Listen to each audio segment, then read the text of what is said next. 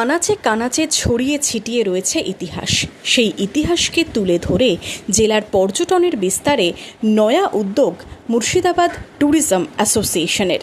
মুর্শিদাবাদ জেলার ইতিহাসকে পর্যটকদের কাছে আরও আকর্ষণীয় করে তুলতে দুদিনের মুর্শিদাবাদ পর্যটন উৎসব হলো বহরমপুরে। গোড়াবাজার এলাকায় একটি অনুষ্ঠান বাড়িতে দুদিনের পর্যটন উৎসবে সামিল হয়েছিলেন দেশ বিদেশের বিভিন্ন ট্যুর অপারেটররা। শুধু মুর্শিদাবাদ জেলার পর্যটকই নয়, দেশ বিদেশের পর্যটকদের কাছে মুর্শিদাবাদের ইতিহাসকে তুলে ধরতে এই উদ্যোগ মুর্শিদাবাদ ট্যুরিজম অ্যাসোসিয়েশনের।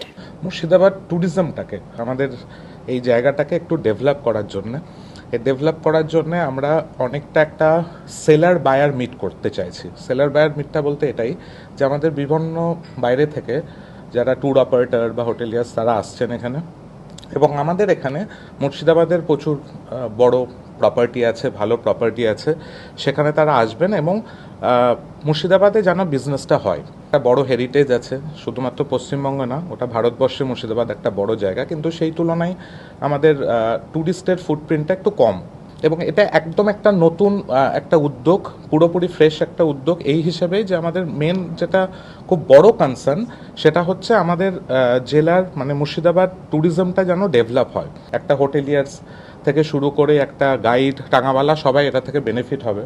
Government approved 3 star 4 star hotel কলকাতার পরে সব থেকে বেশি আছে আমাদের এখানে, সব থেকে বেশি। তো সেই তুলনায় সবাই মানে আমরা বেনিফিটেড হব, এটাই মেন মোটো। ইতিহাসকে তুলে ধরে মুর্শিদাবাদ জেলার ট্যুরিজমকে আরও উন্নত করা এবং ট্যুরিজমের সাথে মানুষের আর্থসামাজিক উন্নয়ন এবং কর্মসংস্থান সৃষ্টিতে জোর দিতেই এই মেলা বলে জানালেন আয়োজকরা। এই যে মুর্শিদাবাদের অনেক কিছু হিস্টোরিক্যাল প্লেস রয়েছে, এই জিনিসগুলো আমরা হাইলাইট প্রথম থেকেই করার চেষ্টা করছিলাম যে মুর্শিদাবাদটা হাইলাইট হোক, মুর্শিদাবাদ সম্বন্ধে মানুষের মধ্যে একটা ভালো ধারণা আসুক, সবাই আসুক মুর্শিদাবাদে ঘুরতে। তো মুর্শিদাবাদে হিস্টোরিক্যাল অনেক প্লেস রয়েছে, যেমন হাজারদুয়ারি রয়েছে, তারপরে কীর্তেশ্বরী মন্দির, যেগুলো স্যার আমাদের ডিসকাস করলেন। এই জিনিসগুলো মানুষের মধ্যে যাক, মানুষ জানতে পারুক।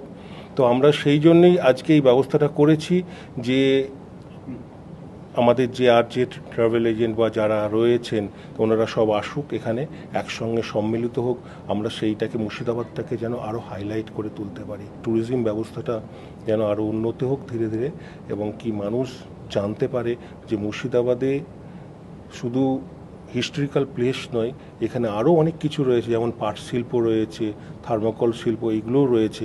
এগুলোর সম্বন্ধেও মানুষ জানতে পারুক, এবং কি মুর্শিদাবাদকে ধীরে ধীরে আরও ভালো জায়গায় একটা ট্যুরিজম প্লেস হয়ে উঠে দাঁড়ায়।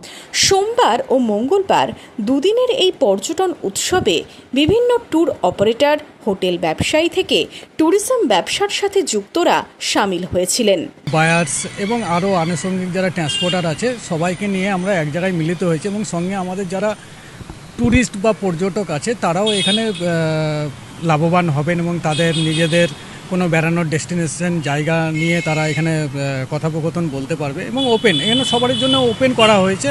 দেখুন, এখানে বিভিন্ন ধরনের আমাদের সুবিধা আছে, হোটেল থেকে সুবিধা আছে, ট্রান্সপোর্টের থেকে সুবিধা আছে, যারা নিজে এসে নিজের পছন্দ মতো তারা কালেকশন করতে পারবেন, এবং পরবর্তীকালেও যাক না যাক পরবর্তীকালেও তারা এই সুবিধাগুলো পাবেন। তারা হোটেলের থেকে সুবিধা পাবেন, ট্রান্সপোর্টের থেকে সুবিধা পাবেন, এবং ট্যুর অপারেটর, ট্রাভেল এজেন্ট সবারই কাছ থেকে ওনারা পুরোটা জানতে পারবেন।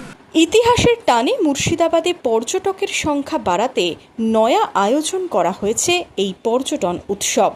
এখন দেখার আগামী দিনে জেলার পর্যটন কতটা উন্নত হয়। Bureau report, imagine community media.